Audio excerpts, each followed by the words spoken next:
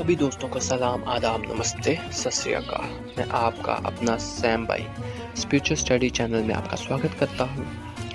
हम कुरान की आगे की पढ़ाई शुरू। इस्लाम की दावत। इन बुजुर्गों के इस्लाम लाने की मुसलमानों की एक छोटी सी जमात हो गई। इसमें जवान लड़के, बूढ़े, औरतें सब शामिल थे, लेकिन मुशक्किरों अधर्मियों के भय से जंगलों और पहाड़ों में चले जाते थे और वहीं नमाज पढ़ते थे।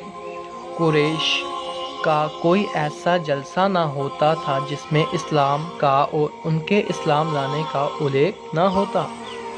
वहाँ के आने के तीसरे साल नबी सल्लल्लाहु को दावत देने का हुक्म हुआ। चुनांचे आप सफ़ा पहाड़ पर चढ़ गए और कुरैश को बुलाकर उनसे मुताबिक संबंधित होकर फरमाया, यदि मैं तुमको खबर दूं कि दुश्मन तुम पर सुबह को आएगा या शाम को, तो क्या तुम लोग मुझे सच्चा मानोगे? कुरैश ने कहा, हाँ। तब नबी सल्लल्लाहु ने फरमाया, मैं तुमको डराता हूँ आगे के सख्त अजाब से। खुदा के इन हुक्मों पर ईमान लाओ जो मेरे पास आए हैं। कुरैश इस कलाम को सुनकर अलग हो गया। फिर आपने आम हदायत शुरू की। जब कुरैश ने देखा कि उनके बुतों की बुराइयां की जाती हैं और उनके पूजने पर रोक टोक की जाती है, तो उनको बुरा लगा। वह सब के सब एक मकान में जमा होकर नबी सल्लल्लाहु की दुश्मनी पर तैयार हो गए। अबू तालिब ने उनकी इस राय का विरोध किया और इस काम से रोकने लगे। वह नबी सल्लल्लाहु की हिमायत पर तैयार हो गए। कुरैश अबू तालिब के विरोध से मजबूर होकर न्याय कराने के लिए अबू तालिब के पास आए और अबू तालिब से नबी सल्लल्लाहु की ओर से तकलीफ़ पहुंचाने के बारे में बहस की और इस बारे में इच्छा प्रकट की कि नबी सल्लल्लाहु को उनके यही बुलाकर इस नए काम से रोको।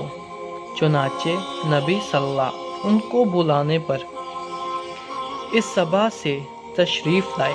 कुरैश ने अपने तर्क पेश किए और यहाँ कहा कि यदि आपको दौलत की ज़रूरत है तो आपको आपकी इच्छा से ज़्यादा चंदा जमा करके दे दे, और यदि जवान सुंदर औरत की ज़रूरत है तो वह भी इसके साथ, और यदि इसके बावजूद फिर भी आप ना माने तो मुमकिन संभव है कि खून रेजी रक्तपात होगा और आपकी जान जाती रहेगी, क्योंकि सारी कौम और मजहब धर्म का मामला है। तब जवाब में नबी सल्लल्लाहु ने कुरान मस्जिद की कुछ आयतें पढ़कर इशारा फरमाया, है चचा, मैं अपने इस काम को ना छोड़ूंगा यहाँ तक कि अल्लाह उसको जाहिर स्पष्ट करे या कि मैं स्वयं इसमें हलाक ख़त्म हो जाऊं। अबू तालिब यह सुनकर शांत रहे।